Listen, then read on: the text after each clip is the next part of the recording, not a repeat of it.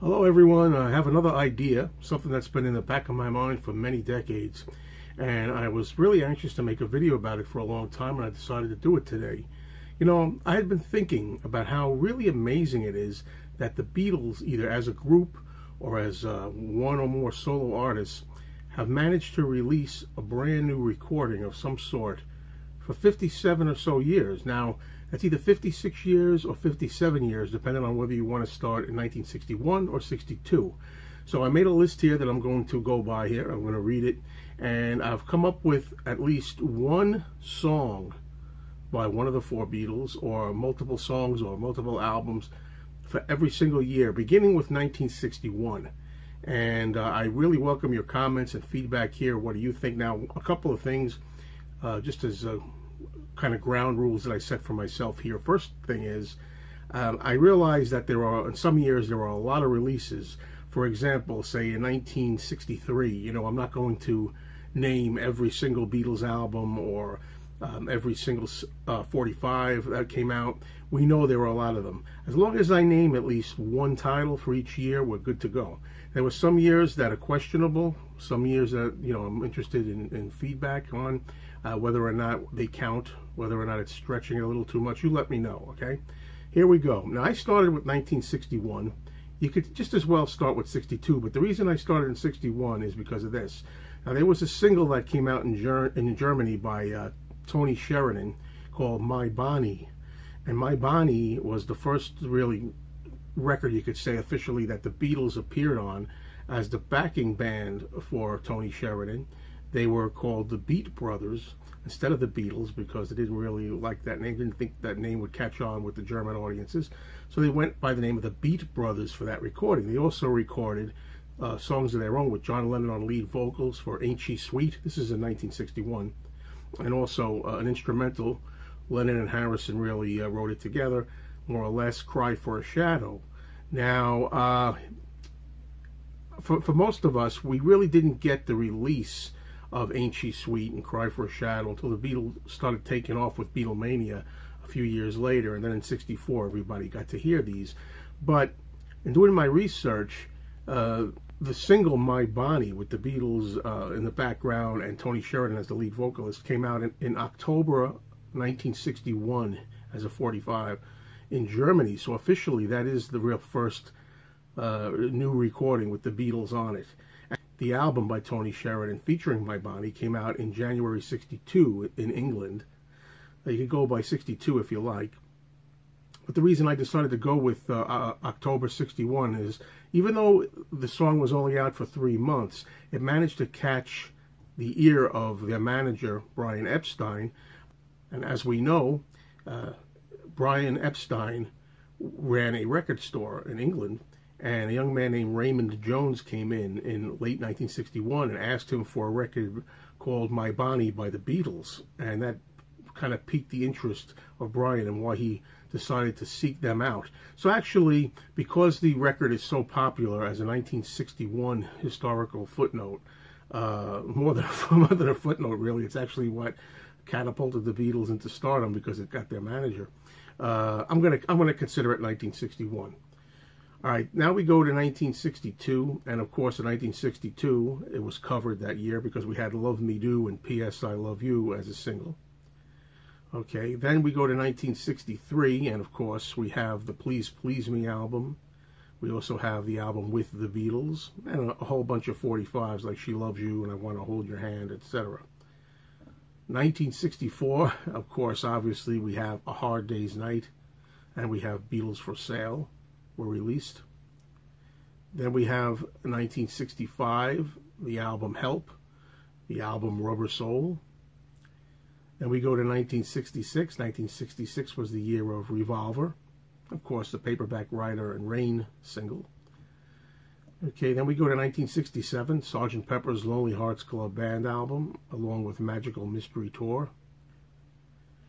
And 1968, we have the White Album by the Beatles, the double album that, of course, is just having its anniversary of 50 years at this moment. Then we go to 1969. Of course, in 1969, the Beatles' classic Abbey Road was released.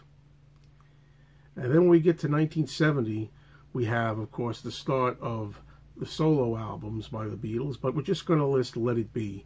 You know, of course, we have Let It Be as the main album and by the group, and then, of course, you had George Harrison's All Things Must Pass, John Lennon, Plastic Ono Band, McCartney, self-titled album, Ringo, Sentimental Journey, and on and on and on. So we don't really have a problem with this until we start getting into later years, and you'll see what I mean as I go along. 1971, we have Imagine by John, we have Ram by Paul, and of course other 45s by solo Beatles. 1972, we got the album Sometime in New York City, of course, along with a lot of other 45s, Hi Hi Hi by McCartney and Wings, and Back Off Boogaloo by Ringo, etc., etc. 1973, no question there, a big year, as we have John Lennon's Mind Games, we have Paul McCartney doing Band on the Run and Red Rose Speedway. And then we, of course, have Ringo with the self-titled Ringo album and George's Living in the Material World, etc. 1974, we have Walls and Bridges by John, Goodnight, Vienna by Ringo, etc., etc. Dark Horse by George. 1975, we'll just list Venus and Mars by McCartney and Wings, and also the Rock and Roll album by John. 1976, we have Wings at the Speed of Sound released, and along with that, we have Ringo's Rotogravure album and George's 33 1/3. In 1977, it's the first year it starts to get a little lean. However, we still managed to have the album Ringo the Fourth by Ringo, along with Thrillington by Paul, and also the Mull of Kintyre single, which is pretty important. 1978, Paul McCartney and Wings' London Town release, along with the Ringo Bad Boy album. 1979, Paul McCartney's Back to the Egg is released. 1980, we have John's comeback album, Double Fantasy, along with McCartney 2. And of course, we get to 1981, and we have George Harrison's Somewhere in England album. And when we go over to 1982, we have Paul McCartney's Tug of War, George Harrison's album Gone Troppo. 1983, Paul McCartney releases Pipes of Peace and gets his last to date #1 single with Say Say Say, duetting with Michael Jackson, and Ringo releases Old Wave. 1984, John and Yoko put out the posthumous album in the wake of John's death, Milk and Honey, and McCartney has his album Give My Regards to Broad Street. 1985 is a year, the first one really, where there's really only a couple of things to fall back on, but luckily McCartney put out Spies Like Us, the 45, and George has a song from the movie Porky's Revenge called I Don't Want to Do It. So good thing we got those two songs to have new music from a Beatle in 1985. And you'll notice as we go along, thanks to Paul McCartney's craftsman-like work and his ethic of being a workaholic in general, we're kept alive in a lot of these years. 1986, we have the Press to Play album by Paul, and also John Lennon's Men Love Avenue album, which has some songs we're really hearing for the first time on there. So I count that as new stuff. Okay, as we get to 1987, we have the wonderful comeback album by George, Cloud 9. And Paul McCartney had a single called Once Upon a Long Ago. In 1988, we have the Traveling Wilburys, George Harrison's group, and also the Russian album, which I never know how to say, Choba B, CCCP by Paul McCartney. 1989, we have Paul with his Flowers in the Dirt album, that covers that year, at least. Then in 1990, we have the Traveling Wilburys Volume 3, the humorously titled album, because of course there wasn't any Volume 2. Then we go to 1991, and we have a Ringo song that was released in the movie Curly Sue. It's a song called You Never Know, or You'll Never Know, I don't remember that. It's from the movie Curly Sue, a single, or a song that's in the movie, even if it wasn't released as a 45, I don't know. it was still a new song in a movie. But Paul also did the Unplugged concert. I'm not sure at this particular point if the Unplugged album came out in 91. I think it did. So 91 is Unplugged by Paul. 1992, Ringo's big comeback album. That was a great album, and unfortunately didn't get a lot of notice because people had given up on Ringo. It's Time Takes Time, great album from Ringo in 1992. Okay, 1993, Paul puts out his Off the Ground album, and he also puts out his first Fireman album, Strawberries, Oceans, Ships, Forest, in 1993. Okay, 1994. At first I thought 1994 was going to be a really dead year. I thought we were going to really have a problem. And then I realized there was a Beatles album that came out I almost forgot about, Live at the BBC Volume 1. And although the tracks on that album are all, recorded in the 60s, it's still new music in the sense that it's never been released before. So it's new music by the Beatles, 1994. 1995... Free as a Bird, the first so-called new Beatles song with the 3 surviving Beatles and the tape by John Lennon, Free as a Bird, was released as part of the Anthology collection. So that covers 1995. And in 1996, we also have Anthology Volume 2. We have Anthology Volume 3, both in 1996. Again, old music that the Beatles recorded in the 60s, but you do have Real Love on Anthology 2, which is a new Beatles song, technically. And also all recordings on these albums that we hadn't heard before. So actually, if you just want to use Free as a Bird for 95 and Real Love for 96, they qualify. It was new material. 1997 is easy. We have Paul McCartney's wonderful album, Flaming Pie. Also, he did Standing Stone.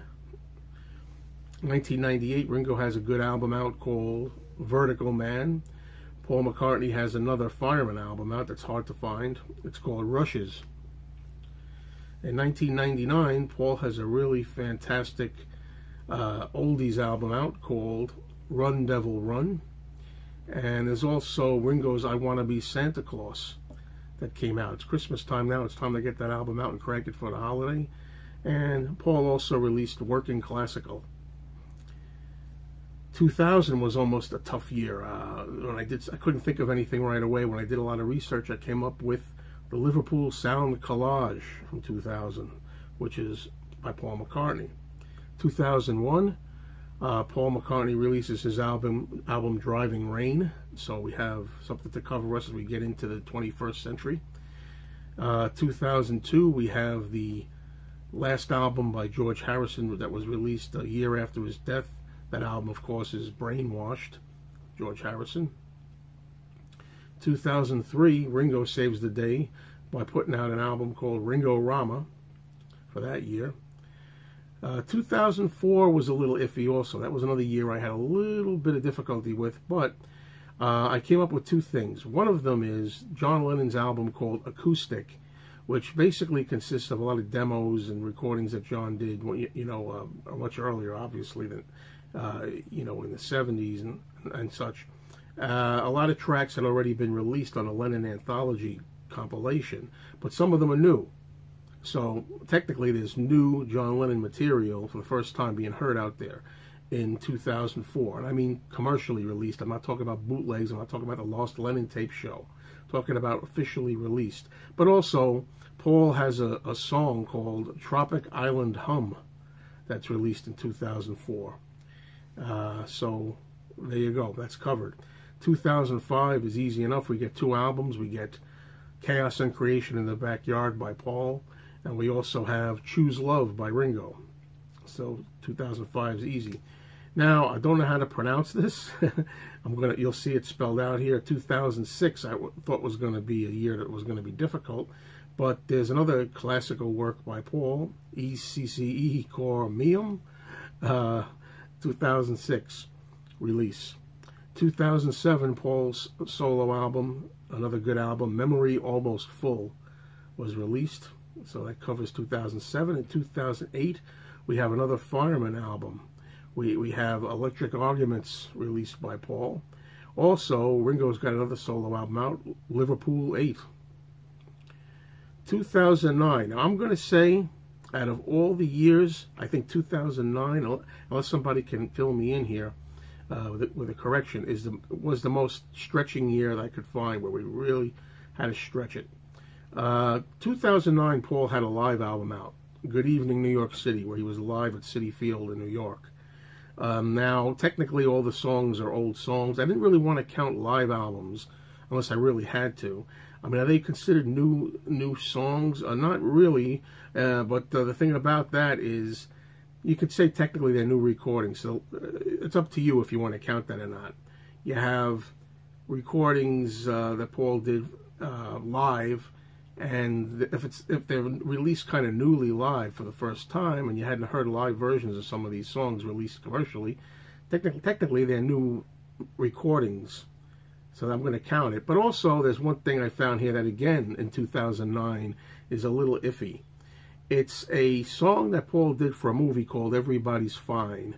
It was a single that came out in 2010, though. That's what the catch. The movie Everybody's Fine came out in 2009. Paul did a song for it called I Want to Come Home. And quite frankly, I don't remember ever hearing it. But he did a song for the movie that came out on a single later in 2010.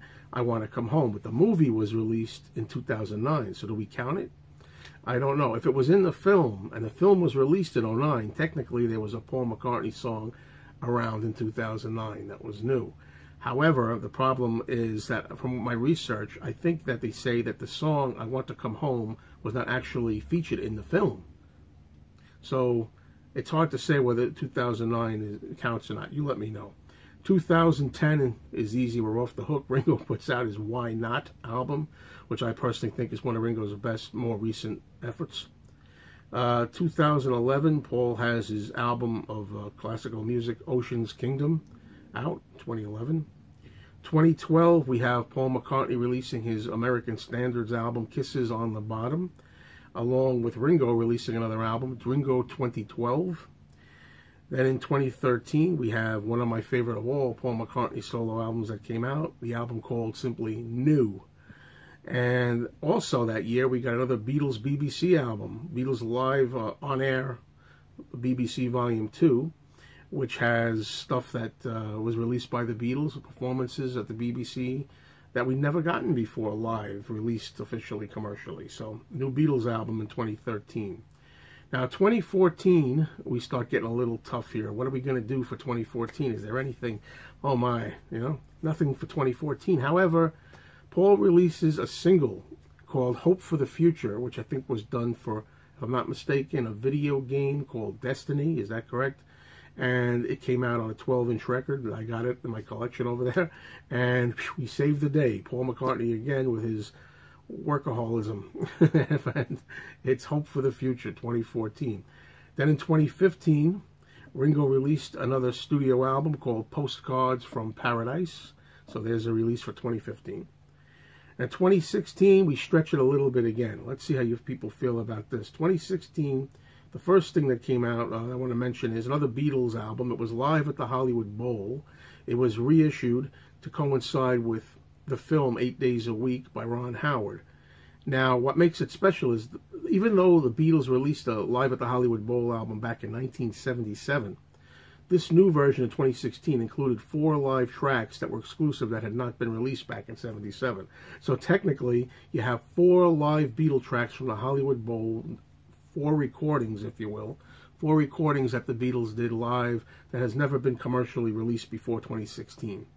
So you have that. But also, I think that was the year, if my research is correct, where Paul put out another extended 12-inch record of the song 1985 that he did back in 73. I don't know if that counts. There were different versions, different mixes of 1985, different renditions of it that I don't think were released until 2016. Correct me if I'm wrong. So there's what we have for that particular year. Then 2017, we're covered. Ringo puts out his album, Give More Love, his most recent album to date. And I think it's another one of Ringo's better albums of the recent times. And, of course, this year, 2018, Paul McCartney puts out Egypt Station, his brand new album that was released just back in September. And, of course, the single, Come On To Me and I Don't Know. So we're up to date. Everything from 1961 to 62, if you rather start with Love Me Do, take your pick, 61 or 62, all the way straight up to 2018.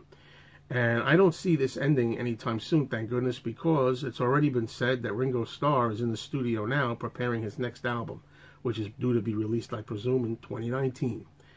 Thanks, everybody. I really welcome your input, and have a great day.